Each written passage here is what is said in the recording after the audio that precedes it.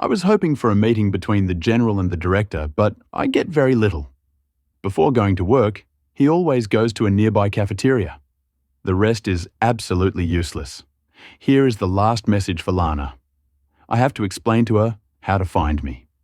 Again, commenting on the Los Angeles Lakers, I write, I can never see my favorite team in the stadium.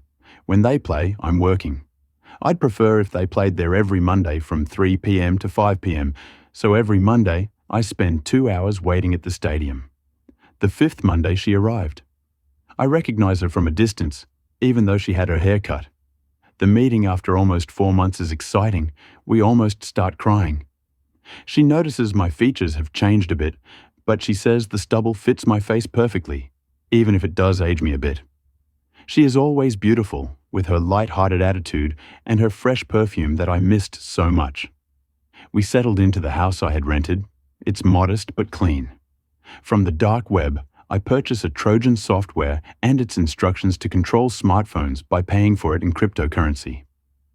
I hadn't checked my accounts in a while. I figured cryptocurrencies would go up in value, but I didn't think so much. I have significantly increased my fund. I want to put the Trojan on my former director's phone. Lana follows him into the cafeteria next to the lab to try and steal his phone, but she hadn't a chance to do it. In fact, he never sits down. He always buys a coffee with milk and leaves. He drinks it on the way. It's too dangerous. We risk ruining everything. I have to change the method. She suggests transferring the Trojan with a message. So I send the director a photo of an attractive woman and text him, I am in LA. I haven't heard from you for a long time. Do you still remember me? After downloading the photo, and therefore also the Trojan, he replies that he remembers very well, even if in reality he doesn't. He has always been a bit of a womanizer, or better still, a maniacal pig. I am surprised he's still married. I dump him saying that I have confused the last 2 numbers by copying it from the old telephone. The message was for another man. This time he doesn't answer. He understands that his attempt to pick up has failed. I now have control of his phone. By sending a message to the general with the director's telephone, I am able to infiltrate his phone too with the Trojan. I now have control of the 2 phones. They now read what I want. Again, via the director's telephone, I send a message to the general telling him, John can't be found.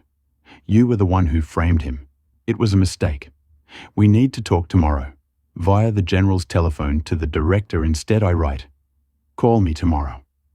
There has been an FBI agent on my trail for several weeks. The Venezuelan authorities have provided him with all the information in their possession about me, but they haven't mentioned anything about the top-secret documents that I showed them. He is visiting Caracas, and after reaching the institute where I worked, he goes around asking questions. He asks if anyone knows where to reach me, but he comes up with nothing except my address. He visits the apartment where I used to live and talks to the landlady, who, unaware of everything, asks why they are looking for me. She is enormously surprised by the answer. She says that I was a good guy, respectful and friendly. In short, still no useful information for him. He is about to give up when, during his last visit to the institute before returning to the US, he sees the group photo of the teachers on a bulletin board. I am next to my girlfriend, Lana. We are very close but not in contact. He senses an almost imperceptible bond. He thinks of a possible relationship. He asks about her. He learns that she also quit her job 2 months after my disappearance. He is told that we were very good friends. Probably more than just friends, but no one could confirm that. We had worked so hard to keep our relationship hidden. He frowns thoughtfully. His instinct tells him it's the right path. He decides to track her down. It's the only lead he has, but he's confident. He urgently requests all possible information about her from the FBI and discovers that in those days she took a flight to Los Angeles. He thinks of the strange coincidence as she is originally from Texas. He too leaves the next day for LA. He is excited, like a child a few days before Christmas. Years of experience have developed his nose for fugitives. After days of searching, and with the help of the authorities, he finally finds Lana.